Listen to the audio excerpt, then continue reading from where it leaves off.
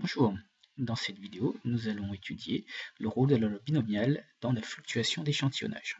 Dans un entrepôt, il y a un nombre de pièces assez important et le fabricant estime que 7% de ces pièces ont un défaut.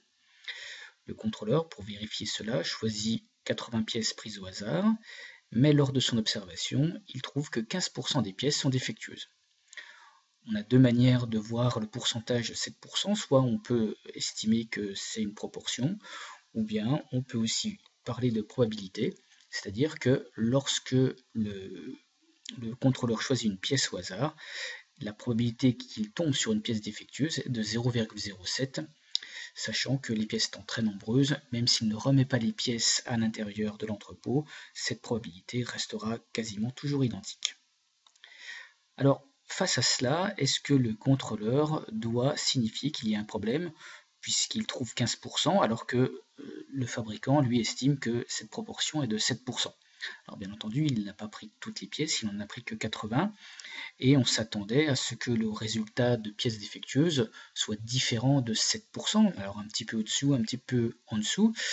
15% semble assez important, et ce problème a déjà été traité en seconde, puisqu'il s'agit d'une fréquence sur un échantillon, et on sait que ces fréquences sont fluctuantes, et il y a un intervalle que l'on peut déterminer qui s'appelle l'intervalle de fluctuation.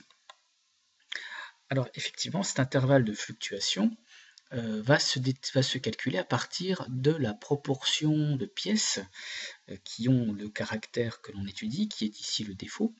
Cette proportion est de 0,07. Nous avons prélevé un échantillon de taille 80, puisque dans cet entrepôt nous avons choisi 80 pièces.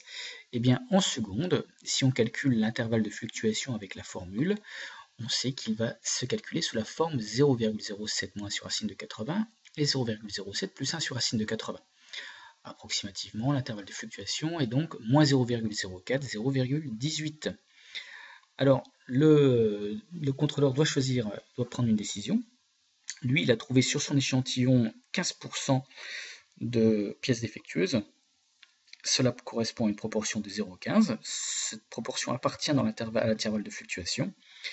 Et donc, on ne peut rien dire, cela ne dénonce pas une proportion non attendue.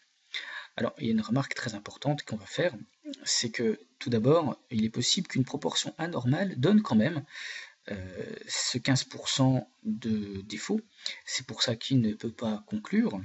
Et surtout, c'est qu'une des conditions d'utilisation de l'intervalle de fluctuation de seconde n'est pas respectée. Nous avons ici la proportion attendue ou la probabilité qui est 0,07, très loin, très inférieur au 0,2 minimal que nous autorise l'utilisation de cet intervalle en classe de seconde. Nous allons donc essayer de trouver une autre manière de déterminer cet intervalle de fluctuation avec cette fois-ci la loi binomiale qui, vous allez le voir, va être beaucoup plus précise que l'intervalle de fluctuation vu en classe de seconde.